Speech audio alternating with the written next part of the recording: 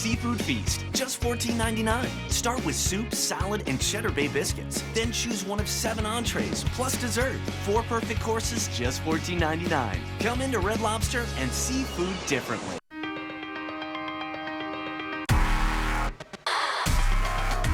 The series that takes a closer look at the behaviors we look away from is back. Taboo. New episodes Sundays on the National Geographic Channel.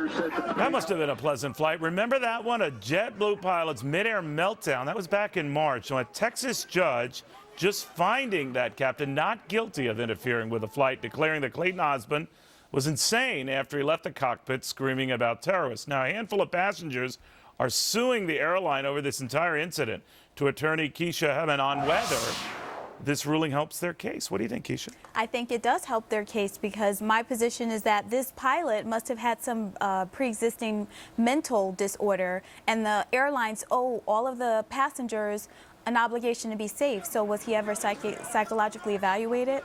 Now, pilots generally are each year or something like that. What if he was just getting passing grades or whatever they do for these things every year? That goes more to there's negligence because it should be more in depth. To pick something up like that, I mean, just based on the comments that he made, you know, he said things about terrorists, Al-Qaeda, and things of that nature. There must have been some kind of deep-rooted... Well, everyone who knew him, including the former head of JetBlue, the former CEO Neeleman, had said, and he knew this guy back to the early founding days. There wasn't a hint of it. And others were saying the same thing. I'm not saying that there might not have been something that someone missed, but you hear that from a lot of folks. Boy, he's the last guy we would have thought of, the last guy we would have seen doing this. I just think it's ironic that he just suddenly snapped. I think that... But you know from legal people do. Yeah, you're right. But just based on the things that he said and the fact that his family said that, you know, they don't think he had any intent to be violent towards anyone. Like, I think that maybe the family knew something was going on, you know, prior to this incident occurring. But it's then up to the family to pass that along to the company. And is it the company's liability if the family does not? No, but I think that the airlines need to do more of a routine, maybe more than annually. Maybe, you know, just talk to the pilots more frequently to see if there's anything going on. Because I hear that a lot of pilots have abuse of alcohol and drugs, and there's obviously a lot of stress in that career. Well, now we're probably seeing more of it because they're working longer hours, they're seeing pay cuts, they're seeing staff downsizings.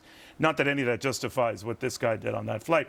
But so you're arguing that JetBlue is in more legal hot water. Is it more likely that other passengers on that very flight file suit or join this suit? You know, I think you will see more lawsuits filed by other passengers because they're probably feeling like, okay, this man had a mental disorder or something was mentally wrong, and he was still allowed to get behind that cockpit and fly that plane. And what do you charge here? That it was emotional distress, that you never want to fly again, or what? I would say some type of emotional distress or post-traumatic syndrome, because I don't think there were a lot of injuries involved, but just imagine like the fear that went through those passengers, especially in light of 9/11. Yeah, well, you're right. I mean, the last thing you think of is the pilot saying this kind of stuff. Kisha, thank you. We'll watch closely. Thank you. Great seeing you. Same here, Neil. In the meantime, have any of you ever looked at our debt clock?